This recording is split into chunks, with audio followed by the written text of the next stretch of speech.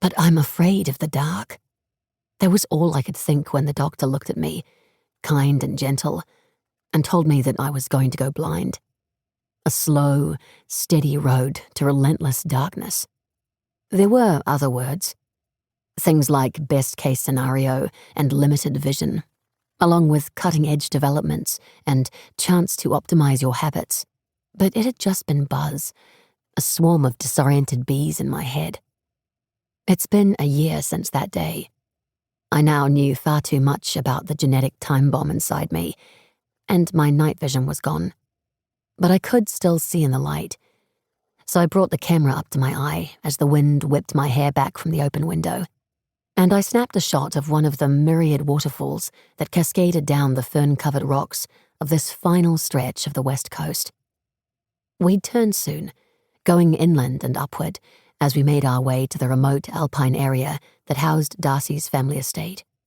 I'd never had reason to visit that specific part of the country, but I'd heard that it was breathtaking, a photographer's paradise. Still, that unknown landscape could never compete with my love for the black sands, rainforests, and jagged cliffs of this coast. We're flying south for 3 days to walk one of the trails, then road tripping up to the estate, my best friend Vancy had said. You should come. Kaya's already on board, and I'm going to ask Aaron and Grace too. My love for this region was part of why I'd tried so hard to fly home early, join the road trip. But only a small part. When Darcy's invitation had come, and I'd realized everyone had said yes to the idea of a reunion, the key had turned, unlocking the bitter box of questions I'd kept stifled for 9 long years. All of us, together again, while I could still see, still judge their expressions. It was time. No more avoiding the one subject none of us could bear to talk about. No more false cheer any time we reminisced about the past. No more pretending that B wasn't dead. My chest compressed in on itself, my eyes staring unblinkingly at the landscape beyond the window. In the end, I'd only made this final stretch of the road trip. I'd needed to see my family, imprint their visages on my brain. Because the disease that had slumbered in my cells all my life was now well and truly awake. It was rare, the doctors had told me, and while they had data from other cases, there were no guarantees when it came to the timeline of progression. I was a walking case study on its unpredictability. I'd been asymptomatic until I hit 28 years of age. Such late onset was as rare as the disease itself. Most with the same diagnosis only got to keep their sight until their teens, or early 20s at best. I'd made it to almost 30. A gift. More than a quarter century spent in blissful ignorance.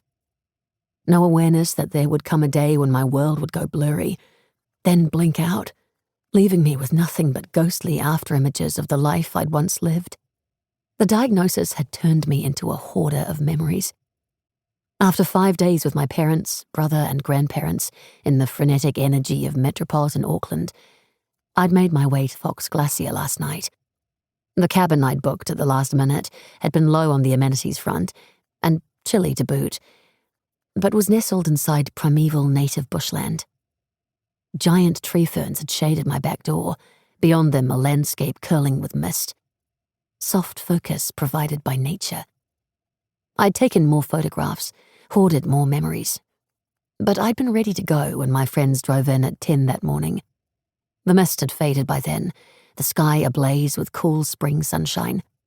Hugs, cries of joy, grins exchanged. It had all felt so painfully familiar, their voices and faces writ on my very bones. I'd never forget the fine details of any of their expressions, no matter how fast the curtain fell. We'd been part of each other's lives at a pivotal moment, that breath between childhood and adulthood when the whole world was full of possibility and our minds fearless. But of course, it wasn't the same. We'd learned fear and lived a grief so serrated that the scars ached to this day. "Do you think we'll ever be how we were again?" Vancy had asked me that night when part of me had gone permanently numb. The whites of her eyes had been red, her voice a rasp, and her skin such an ashen shade of brown that for a second I thought I was speaking to a mirage, a stealthy shadow of my friend. I'd stroked the wavy mass of her hair with a gentle hand, hugged her close, and held my silence. Because we'd both known the answer to her question. There'd been no need to give voice to the agony of it. B was dead, her body erased out of existence. There was no coming back from that.